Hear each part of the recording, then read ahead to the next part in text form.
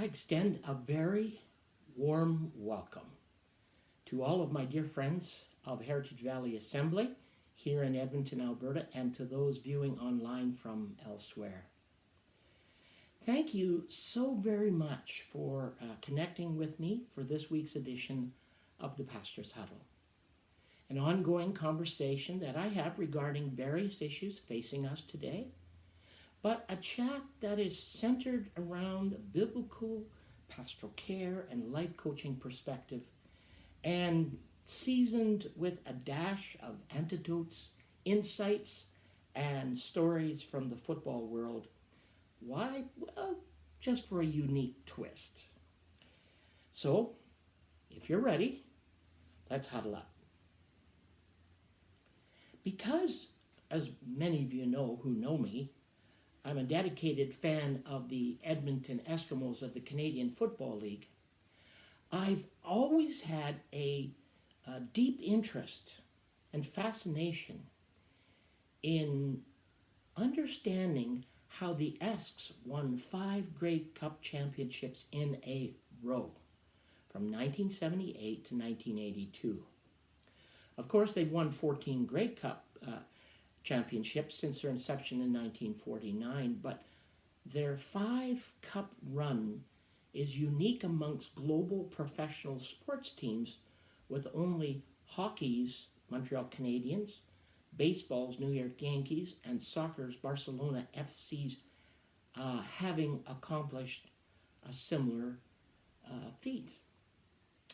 In order to gain a deeper understanding of how the Eskimos achieved their notoriety, a few years ago, I asked a very good friend of mine, Gary Lefay, former player with the Edmonton Eskimos for 5 years, if he had insights on how this outstanding feat was accomplished. Interestingly enough, when I sat down over a cup of coffee and an apple fritter with him at Tim Hortons one day to ask just that question, without hesitation, Gary responded to me by saying, and as I recall it in my mind in these words, he said, "Larry, the Esks Grey Cup championship run from 1978 to 1982, it started 8 years prior to their winning that first of 5 Grey Cups in 1978, and it started when Ray Yauch became head coach of the Edmonton Eskimos in 1970. He said Coach Yauch's passion to create a team with a very affirming and positive outlook in every area of their operations. He wanted that to be a signature identity and characteristic of their team. And so, as Gary shared with me, Coach Yauch's first step was to identify players and staff who were known to have unhealthy influence on others, both in the locker room and on the field, and in life in general. Upon completing his assessments, Coach Yauch identified those ones, and it didn't matter whether they were stars or role players on the team. He traded them, or he cut what he referred to as the bad apples.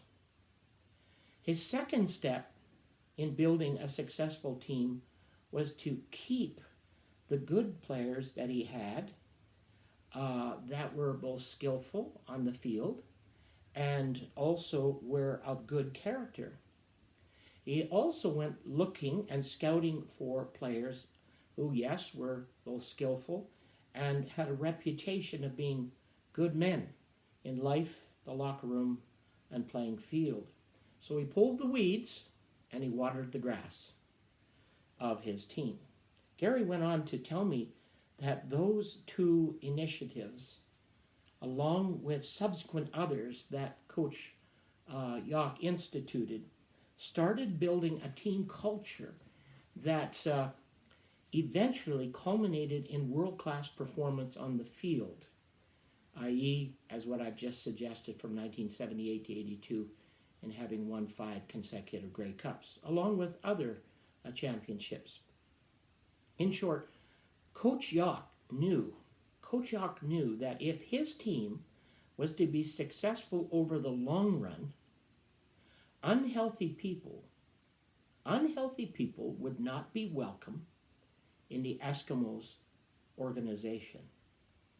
Isn't that fascinating? And interesting enough, as I shared this past Sunday morning at our church, Heritage Valley Assembly here in Edmonton, as we continue with our new sermon series, Summer in the Psalms, I taught from those of you who are watching online or in person at Taylor Seminary, you'll recall that I instructed from Psalm 1 that God has a blueprint for success for our lives. I shared that in Psalm 1:1, the first directive given by God for us to achieve authentic success in life is to avoid or minimize unhealthy or toxic people from influencing us, of not becoming encumbered, as you'll recall in what I shared, by being encumbered by bad association and people who are, shall we call it, bad in our lives. Now, since my message on Sunday morning, I've had wonderful feedback from many who have asked if I might flesh out the thought of minimizing unhealthy people from our lives and just do it a little bit further. And of course, I'm honored to do so. So tonight, and over the next 2 Wednesdays, I'm going to address this subject by first identifying unhealthy people types. Identifying unhealthy people types who may try to impact our lives. Then I'm going to conclude our thoughts in part 3 by discussing what the Bible says about dealing with unhealthy or toxic people in our lives. So first, allow me to describe 5 out of 10, or the 10 most common types of unhealthy or toxic people that we may rub shoulders with every day, or a few we may find in our own lives on an ongoing basis. The first people type that often referred to in literature is the controller. This person is a master manipulator, a constant controller. They want to be in charge, not just of their lives, but of yours and everyone else's. They can watch us like a hawk, ready to pounce on every flaw. They often micromanage right down to the last detail. They have trouble letting go, so they don't. They hold on too tightly until it about chokes out all of us around them, suffocating others with their drive to be superior. That's the controller. Secondly, there's the abuser.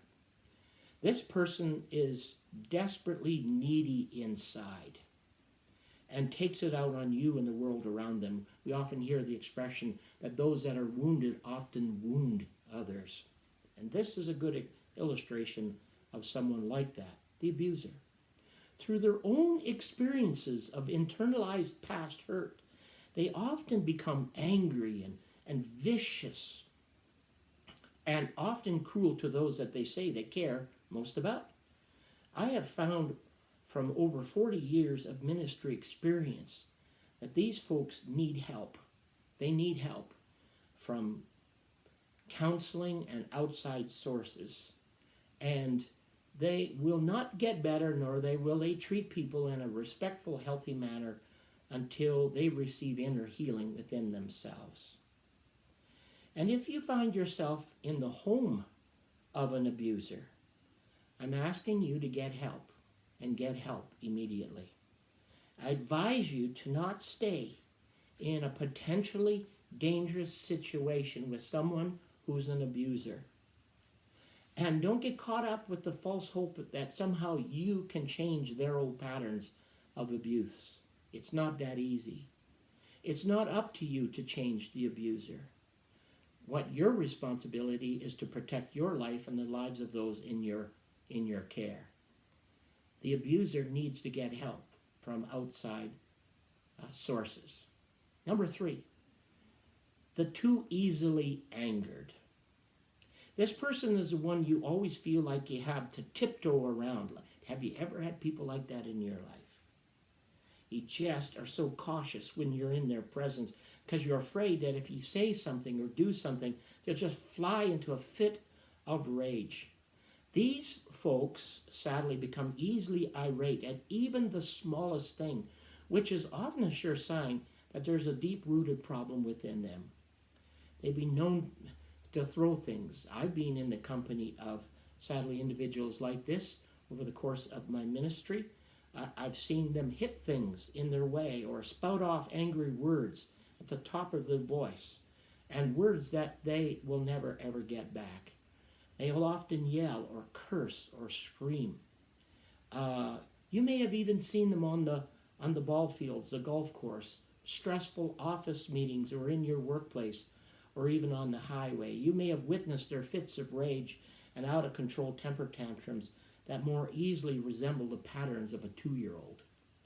These folks have this constant pattern within their lives of being too easily angered, are unhealthy individuals, and they need help. And unless we minimize their influence in our lives, they can influence us in very detrimental ways. Fourthly, there's the bully. The bully. This person, interestingly enough, can be very subtle or outright offensive in their attempts to bully. But either way, their desire is to dominate and to make themselves look powerful and the big boy, the big girl on the block. They have a strong need to feel better or look better than those around them. So what do? They choose to bully anyone in their path. They use words. They use and employ lies. They instill fear. There are many, many ways that they try to bully. But all in all, they want to push others down and exalt themselves and will stop at nothing to achieve their goal. The bully. Number 5, the addict. This person is addicted to a substance or a negative pattern of behavior that has severely affected their well-being as a person. The bottom line is that these folks also need help. They require professional help, both medically, psychologically, and spiritually. They need people who will be brave enough to speak the truth into their lives, and to those who may feed their habit, enable their actions, or ignore their dangerous signs of addiction. But recognize with me today that this toxic pattern is bigger than just you if you're under their influence. You're not to blame for their problem, but you can be the one that God uses to get them help. Next week, we're going to look at 5 other unhealthy people types whom we are to minimize any influence over our lives if we are to succeed in life. We heed the counsel of Psalm 1:1 to not allow bad associations, bad counsel, or bad actions coming from bad people to throw us off the pathway, the highway towards success.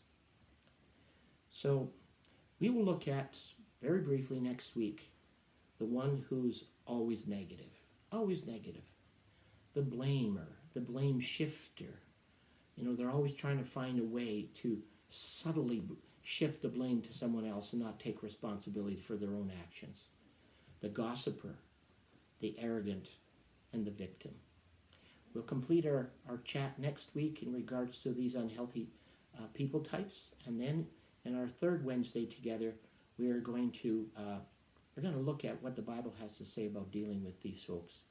So until then, let's break huddle. Let's head back out onto the field of life, and may God bless you and keep each and every one of you in his wonderful care. Love you. You're the best.